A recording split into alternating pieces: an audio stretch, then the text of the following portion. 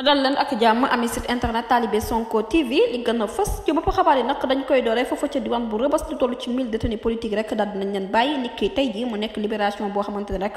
dafay daal di wéyandi dinañu ko dooraat nag niki altine bu suba jotee rek bu soobee suñu borom di kaddu yi nga xamante ne rek daal dinañ koy fësal keneen ko yëkkatiwaat ay kaddu rek di kii di con ñaa ma ngay rafetlu bu baax nag anam bi nga xamante ne rek moom la jot waxtaanee ak Macky Sall mi nga xamante ne daal di woon na koy dalal waaye nag décision bi nga xamante ne moom la conseil constitutionnel daal di jël kii di Macky Sall nag daal dina koy nangu rek ndax mbir mu nu mel la yaakaar na rek lii di jàmm nag dina mën a des waate ci biir réew mi ginnaaw waxtaan bu yaatu bi nga xamante ne rek nee na sekkoon na ko ak moom lam ci daal di xam ne jot na rek ñu daal di nag agir bu ñu assuré bu baax rek li nga xamante ne moom mooy jàmm réew mi mën a wéy ba tax na nag ma ngay jàppale Macky Sall rek nee na ci effort bi nga xamante ne daal dina koy def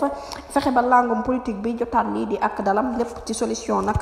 ñeel libération bi nga xamante ne rek namm na ñu amal ko ci kii di Ousmane Sonko ak Bassirou Diomaye Faye bu boobaa rek ñu mën a continuer lii di ab xeex waaye nag mbir mu nu mel faaw rek mu laaj liggéey bu yaatu boo xamante ne rek langum politique bi jamono ci daal dina koy yittoo mu daal di ci yokk ne nag ma ngay jaajëfal bu baax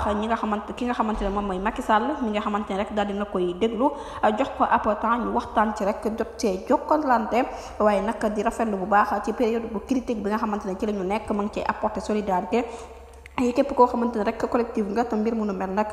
daal di lay concerné waaye nag nañu fexe rek ba garantir kaaraange askan wi ndax génération future nag bu ñu ñëwee rek ñu xam ne nag bàyyi nañ leen fi dara mu daal di ci yokk nag nañu fexe rek ba ñoŋal suñu avenir réew yàlla wàccee fi jàmm wàccee Afrique jàmm di kaddu kii di con ñaa jërë ngeen jëf ci teewlu bi bu leen fàttee abonné bés cloche notification ngir amaat leen info. mbokk yi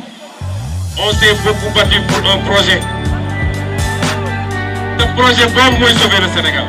Ce projet boobu mooy sauver le Sénégal.